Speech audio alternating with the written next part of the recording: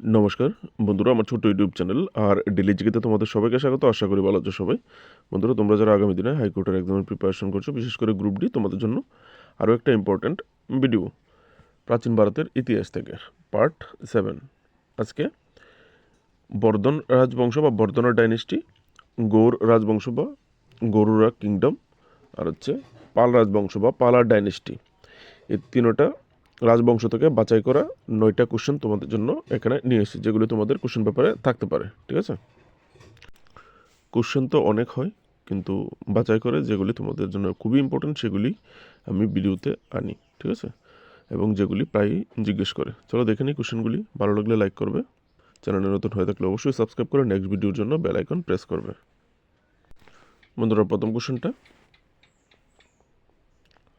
চীনা পরিব্রাজক বা চীনা ভ্রমণকারী হিউয়েন সাং কার রাজত্বকালে ভারতে এসেছিলেন? Very very and very very and very very একটা ইম্পর্টেন্ট কোশ্চেন। তো হিউয়েন সাং কার রাজত্বকালে ভারতে এসেছিলেন জিজ্ঞেস করলে? সমুদ্রগুপ্ত, অশোকা, হর্ষবর্ধন, চন্দ্রগুপ্ত। তখন আনসারটা হবে হর্ষবর্ধন, অপশন সি। ঠিক আছে, তো হিউয়েন সাং হর্ষবর্ধনের আমলে ভারতে এসেছিলেন। তিনি একজন চীনা বৌদ্ধ তীর্থযাত্রী ছিলেন। রাজা হর্ষবর্ধন ভারতে এসেছিলেন। সময়কালটা যদি বলে হিউয়েন সাং কত সালে ভারতবর্ষে এসেছিলেন, তাহলে 630 এডি। ঠিক আছে, 630 খ্রিস্টাব্দে।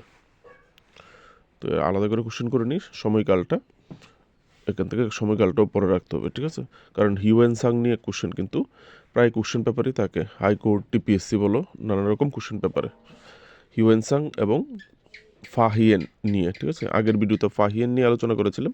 ফাহিয়েন এসেছিল দ্বিতীয় চন্দ্রগুপ্তের সময়ে।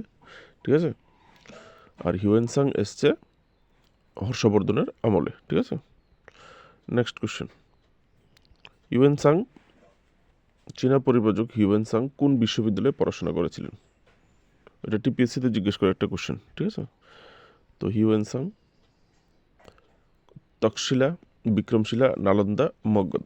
তো হিউয়েন সাং পড়াশোনা করেছিলেন নালন্দা বিশ্ববিদ্যালয়ে, যে কারণে নালন্দা বিশ্ববিদ্যালয় একটা ইম্পর্টেন্ট বিশ্ববিদ্যালয় এনসিয়েন্ট হিস্ট্রিতে, প্রাচীন ভারতের হিস্ট্রিতে। ঠিক আছে, নালন্দা বিশ্ববিদ্যালয়ের বর্তমান লোকেশন বিহারে। ঠিক আছে, নেক্সট কোশ্চেন, গরুরা কিংডম, শশাঙ্কের রাজধানী কোথায় ছিল? শশাঙ্কের রাজধানী কোথায় ছিল? শশাঙ্কের রাজধানী ছিল কর্ণ সুবর্ণ, অপশন ডি। ঠিক আছে, শশাঙ্ক কোথাকার রাজা ছিলেন, কোন বংশের রাজা ছিলেন জিজ্ঞেস করলে? গরুরা কিংডম, গৌর কিংডম। ঠিক আছে, বা গৌরা কিংডম, গৌরা রাজবংশ। সেটা কোথায় ছিল? সেটা ছিল এই আজকের যে পশ্চিম বাংলা এবং যে বাংলাদেশ, এই যে রিজিয়ন, এই যে অঞ্চলটা ছিল, এই অঞ্চলটা ছিল গৌর কিংডম। ঠিক আছে, বা গৌররা রাজবংশের। নেক্সট কোশ্চেন, হর্ষচরিত কে লিখেছিলেন? হর্ষচরিতের রচয়িতা কে জিজ্ঞেস করলে? ঠিক আছে, একটা ইম্পর্টেন্ট বই। তো এখানে আনসারটা হবে ভানভট্ট। নেক্সট কোশ্চেন বন্ধুরা, রাজতরঙ্গিনী আরেকটা ইম্পর্টেন্ট বুক এনসিয়েন্ট হিস্ট্রিতে। রাজতরঙ্গিনী এর লেখক কে? সুরদাস, শূদ্রকাস, কলহনা, কল্পকা। তো এখানে আনসারটা হবে কলহনা। ঠিক আছে, রাজতরঙ্গিনী লিখেছিলেন কলহনা।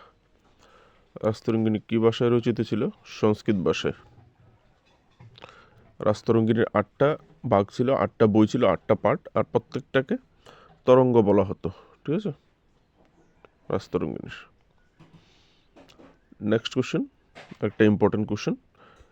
এই ধরনের কনস্ট্রাকশনগুলি, এই যে মন্দিরের কনস্ট্রাকশনগুলি নিয়ে একটা কোশ্চেন হাইকোর্টে করেই করে। ঠিক আছে, পুরীর বিশ্ববিখ্যাত জগন্নাথ মন্দির কে নির্মাণ করেছিলেন? এখানে আনসারটা হবে অনন্ত বর্মন, অপশন বি। ঠিক আছে, অনন্ত বর্মন কোন ডাইনেস্টির? গঙ্গা ডাইনেস্টি।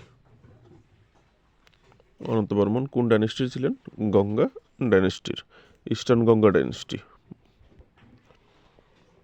নেক্সট আরেকটা ইম্পর্টেন্ট বই যেটা কোশ্চেন পেপারে থাকে, রামচরিত কে লিখেছিলেন? বাণভট্ট, কালিদাস, সন্ধ্যাকর নন্দী, তুলসীদাস। তো রামচরিত লিখেছিলেন সন্ধ্যাকর নন্দী, অপশন সি। ঠিক আছে, সন্ধ্যাকর নন্দী। এখান থেকে দেখে নেবে, ওখানে ভগবান রামচরিতের মধ্যে ভগবান রাম এবং পাল বংশের রাজা রামপালের কাহিনী বর্ণনা ছিল এই রামচরিতের মধ্যে। ঠিক আছে, রামচরিত হচ্ছে একটা, আর একটা হচ্ছে রামচরিত মানস। ঠিক আছে, তোমরা কনফিউজ হবে না। রামচরিত একটা বই যেটা সন্ধ্যাকর নন্দী লিখেছে, আর রামচরিত মানস হচ্ছে Tulsidas. Next question, very very একটা important question. Who was the founder of the Pala dynasty, বা পাল বংশের প্রতিষ্ঠাতা কে ছিলেন? পাল বংশের প্রতিষ্ঠাতা ছিলেন গোপাল, অপশন সি। ঠিক আছে, অপশন সি। কত খ্রিস্টাব্দে প্রতিষ্ঠা হয়েছিল? সময়কালটা 750 থেকে 781 খ্রিস্টাব্দ পর্যন্ত রাজত্ব করেছিলেন। তো পাল বংশের প্রথম রাজাকে এরকম একটা কোশ্চেন করে, তো যিনি ফাউন্ডার তিনি প্রথম রাজা থাকেন, কারণ তিনি স্থাপনা করেছেন ওই রাজবংশে। তো পাল বংশের প্রথম রাজাকে গোপাল। নেক্সট কোশ্চেন,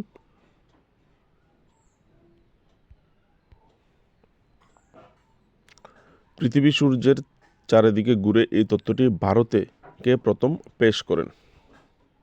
পৃথিবী যে সূর্যের চারিদিকে ঘুরে এই তত্ত্বটা ভারতের মধ্যে কে প্রথম পেশ করেছিল? আর্যভট্ট, বানা, ব্রহ্মগুপ্তা, বিষ্ণুগুপ্তা। বিষ্ণুগুপ্তা মানে চাণক্য।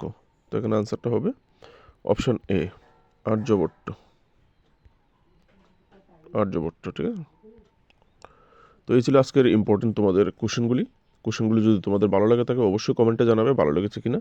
আগামী দিনে আরও এই ধরনের ইম্পর্টেন্ট এমসিকিউর জন্য অবশ্যই চ্যানেলটাকে সাবস্ক্রাইব করবে। যদি পারো কেউ সহৃদয় হয়ে থাকে তাহলে ভিডিওটাকে একটু হাইপ করে শেয়ার করে সাপোর্ট করবে। চলো, দেখা হচ্ছে নেক্সট ভিডিওতে। ভালো করে প্রিপারেশন নাও। নমস্কার।